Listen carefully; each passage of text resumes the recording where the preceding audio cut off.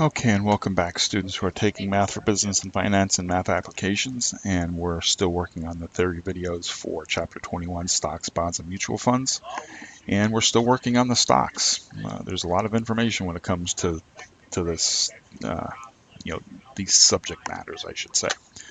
All right, so in our last video, we had stopped with looking at the price quotations for stocks, if you're online, okay? But now let's talk about, these metrics, okay? The stock yield, all right? So we're talking about here, let me get my pen. We're talking about our yield percentage right here, all right? And I'm going to use this here, quotation here. Um, now, you know, it. Do you need to know the? Do you need to memorize these here formulas for the stock yield? Most often you can find the yield percentage, but you're looking around. Sometimes you might not, it might not be readily available to you. Okay, you have to look around to be able to find it. When you do, it's right there. You do need to kind of understand, comprehend, okay, without memorizing exactly what the stock yield is. However, um, by the time I spend a lot of time looking around trying to find the yield, maybe it's just a lot easier for me to use the information that's available and do the quick math if I know the formula for it. So, and of course, because this here is a textbook and they're going to want you to understand, these formulas as the underlying basis for that particular number. Okay. So when we're talking about a stock yield, we're talking about the annual dividend per share. Okay. So when we're looking at our quote, here's our dividend per share, which is 1.21, and then we're dividing it by today's closing price per share. Well, the closing price per share is 39.09. So if we take 1.21 and divide it by 39.09, you end up with 0.0309. Okay, and we take that decimal and turn it into a percentage, and we round it to 3.1%. Okay, so what does that mean? Okay, it's a stock yield. We're taking, it's yielding, you know, a dividend per share by today's price. Well, that dividend per share is going to stay the same day after day after day until they actually pay a different dividend. However, as the price of the stock goes up or down, that's going to constantly be changing this yield. Okay. Now, I'm not going to go through a couple of different examples, but to have some idea as to why you're using the stock yield, why don't you go in and say, okay, well, what happens if the price, let me erase this. What happens, now remember, it's our yield here, 3.1 is based upon a 121 dividend and the close at 39.09. Well, why don't you go in and plug in the number 45? Say the price of the stock went up to $45. How does that affect the yield? Would the yield go up or would the yield go down, right? Do the same thing. Instead of 39.09, make the price say 32.50, okay? And see if the yield goes up and the yield goes down. You do the math, you think about what happens and why it happens and kind of like what does that mean to you, and you'll begin to understand why you're using a stock yield. Okay, I'm not going to go through that. It's going to take just much more time, and it's more beneficial for you to get an intuitive feeling as to why you're dealing with a stock yield versus me just telling you about it. Okay. Uh, Next is earnings per share. Okay. Arguably, I mean, you're always going to see some kind of quotation for the earnings per share and the price to earnings ratio. Okay, because why? It's a metric for how much you're getting back. Okay, if you look at earnings per share, you see it's the closing price. In this case here, it's 39.09, and you're dividing it by the price to earnings ratio of 17. Okay, well, how do you do? I mean, the 39.09, right? you're going to get that as a ticker symbol quote every single day. But how do you know what the price to earnings ratio is? Well, you need to calculate that first. Okay, so sure, it's here in the chart, but if you want to do it yourself, you take the closing price of the stock, right, 39.09, and divide it by the annual earnings per share, which is 121. Okay, the earnings per share is your dividend.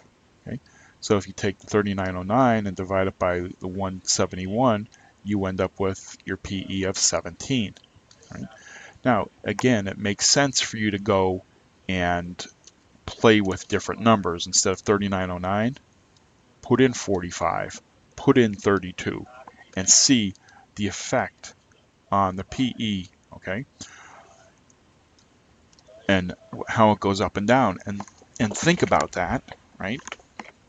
Because you're talking about, earnings and, your shares of stock, and whether it benefits you if the price, if let's say the PE ratio is 100, is that better than the PE ratio of 20? Okay, I'll tell you right now, the PE ratio, you want the earnings ratio to be low, right? Because as the price goes up, it goes up to 100. That means, that price is just so much greater than what you're being actually returned. Okay, so plug in those numbers, see the difference, and when you get a feel for that, okay, then you come back and you say, okay, well, now I know my earnings per share is my closing price, and I'm dividing it by that particular PE ratio, okay? And so I get, in this case here, the earnings per share ends up being and I'm rounding to 230, okay, because it's 2.299, all right? So the earnings per share is $2.30, meaning, for every share of stock you have, you're earning, you're getting as a return $2.30. Okay, but again, what would you be getting if you had, instead of 17, say you had 100 here? Okay, well, 39.09 divided by 100 means you're getting, let's see here, 39.09. Okay, that's a bad example because of the 100. Let me erase that and give a different number to make it a little. Instead of 17, make it say 30. Okay, so if I had 39.09 and I'm dividing that by 30, now I have, that's like 1.303. Okay, so I end up with 130 as my earnings per share. Okay, so by having this here, now you have two numbers that you can be playing around with. Okay, you can be playing around with the PE ratio, and you can also then say, okay, well, at that PE ratio, let me plug in 45, let me plug in 32, okay, and see the effects of going up and down. That's the only way you understand the relationship as to what you're looking at. But the bottom line ends up being, these are, metrics for your, the value of your stock, okay, what your investment is getting going in or out, okay. Earnings per share, obviously I want to see a higher earnings for each and every share that I have, okay, and you can, if you're comparing two different stocks, say stock A versus stock B, and all you had, stock A, say, has 230 and stock B has, 325 as an earnings per share, all things being equal, obviously stock B is better than stock A because you're getting a greater earnings. Okay, so you can't just look at a number and just say, okay, this is what it is. You have to think in terms of relationships between the numbers, and that's something that you get from doing an awful lot of these and doing a lot of comparisons and getting a feel for it. Looking at the stock market is not black and white. Okay. it does take time to get accustomed to it. You have to spend some time looking at this information. All right, so let me move on to dividends. And now this is where we're getting back to what I was talking about before, about preferred and common and having your dividends. Okay, when dividends are paid, if let's say we had no preferred stock. Okay, let's say it didn't exist, and let's say in year 2014 no dividend was paid. Okay, well that means common stock shareholders, this 400,000 shares, would not get any dividend because none was paid. In 2015, if they paid a $512,000 dividend, well, you would take the 512,000 and divide it by the 40,000 shares, and that means each share, would get $1.28 per share. So if you owned 1,000 shares at $1.28, if you owned 1,000 shares, okay, you would get $1,280 in cash back, okay, for your $1.28. Now, remember I had said dividends, you can receive them in cash, or you might get them back as a stock dividend, okay? They might say, okay, we'll pay that as a stock dividend, and in that case, you would end up getting shares of stock back instead of the actual cash. But in this, I went and I changed the scenario slightly by saying, okay, we have no preferred stock, okay? But what if we do have preferred stock? And when it comes to preferred stock, there's always stipulations as to who and what gets paid because of its preferred status. We're going to sit here and say, okay, there's 20,000 shares and it's all cumulative, meaning, it's being owed,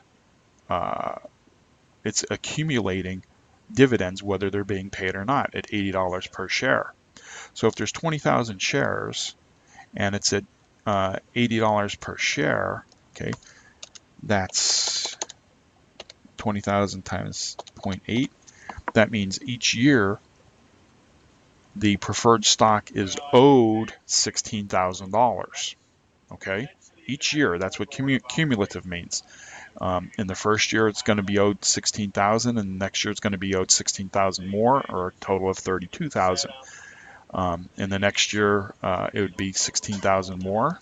So 16 is 32,000. In year 3, another 16,000. So that means it would be owed 48,000. Hey, but let's say, for example, in this first year, there was no dividend. Okay, like in 2014, no dividend is paid. Well, that means that 16,000 is what's called in arrears, means it's being owed. Okay, it's still owed. Cumulative means it's just adding, just keep on adding 16 plus 16 plus 16. But in the arrears means how much is still owed to the preferred stock. Because let's just say, let me erase this to make this a little cleaner here. In the first year, it's 16,000. No dividend is paid, so the 16,000 now becomes in arrear. And let's say in the second year, it's owed another 16. But let's say the dividend ends up being paid out 20,000. Well, out of that 20,000 has to go back and satisfy the first year of 16,000. Okay, so that means there's $4,000 left over to begin satisfying the second year. Okay, so that means in the year 2, you have 16,000 less than 4,000. That means there's $12,000 that's still in arrears to be owed, in the following year if there's any dividend paid. Okay, so in arrears means what is owed. All right. So let me erase all of this and continue to go through our example here. Okay, so the preferred stock says 20,000 shares at 80 cents a share, which means each year $16,000 is owed to preferred. Okay, so for the year 2014, no dividend was paid. Okay, so in year 2014, 16,000 is owed. and that's in arrears right now because it hasn't been satisfied. In the year 2015, an additional $16,000 goes to the preferred shareholders. So now the preferred shareholders at the end of year 2 is owed $32,000. That's the cumulative amount of $32,000. Well, in 2015, $512,000 was, dividend was declared. So if that's paid out through $512,000, the first to get money is the preferred shareholders. So they get paid their $32,000, and that leaves $480,000 left over, okay, because the preferred gets paid off, and the $480,000 then gets paid to the common stockholders. Okay, well, if there's 480,000 shares, $1,000 divided by 400,000 shares. 480,000 divided by 400,000 means each common shareholder gets $1.20 per share. Okay. Now, notice what happened here. Right? I gave the example to start by saying, what if we had no preferred shareholders? Okay. Well, if there's no preferred shareholders, then in 2014, no dividend doesn't count for anything. But in 2015, the 512,000 is being paid out to 400,000 shares, which came out to $1.28 per share, 8 cents more than what the preferred shareholders are getting. Than if we had 8 cents more, as if we didn't have any preferred shareholders. Okay, so this here is a very simplistic example of the preferred versus common stock and dealing with the dividends. It can get to be so much more complicated, and when those who are actually going into accounting and actually get financial accounting, it'll get a little bit more complicated. And then those who are going to be accountants, when they're taking intermediate accounting, you're going to see a lot more complication in this. But right now it's at a basic level. I just want you to understand what preferred actually means, what they get, and the different terminology. And as we go through the homework problems, the drill problems, the word problems, you'll get a feel for the complexity of what's being asked for you in this particular subject. Okay, and I'm going to quickly go over return on investment. Okay, and that'll be it for our stock aspect of this particular chapter. Okay, so return on investment is basically what you get back divided by what you put in. All right. So if my total cost, let's say I bought 1,000 shares at $10 a share, okay, so that means I put up $10,000, and let's say my commission, because I'm using an online broker, ended up being, I'm just going to pick a number here, $10. Okay, that means my total investment is 1,010. Okay, and I take that and I divide it. I take my profit or loss. I've got this backwards. It should be, let's see here. Yeah, I've got it backwards. Obviously, I should be taking my, I have these two backwards on the slide. I should be taking my profit or loss. And let's say in the previous case where we had a dividend of 1,280, okay, and that was my my profit or loss. Well, my dividend, that's my profit, and I divide that by the 10,010. 1280 divided by 10,000. Oops. 0 divided by 10,010. That means I end up having a 12.7% return on investment. Okay. You've seen this idea of return on investment in the previous chapter in the book, so that's why I'm quickly trying to cram that into this last video here. Basically it's what I'm getting back divided by what I have to put in. Okay, if I'm taking a loss, well then yeah, I'm going to have a negative percentage. Okay, if I have a gain, it's going to be a positive percentage, and that's all really return on investment is again, what I'm getting back versus what it cost me as what I put in as far as an investment is concerned. Okay, I really should have chopped this video up into 2 more videos since I'm at 20 minutes, but be as it may, I'm done with the stock section of this chapter, and I will, if you have any questions, feel free to, call and speak with an instructor, but we're done with this and we'll pick up with bonds in the next video.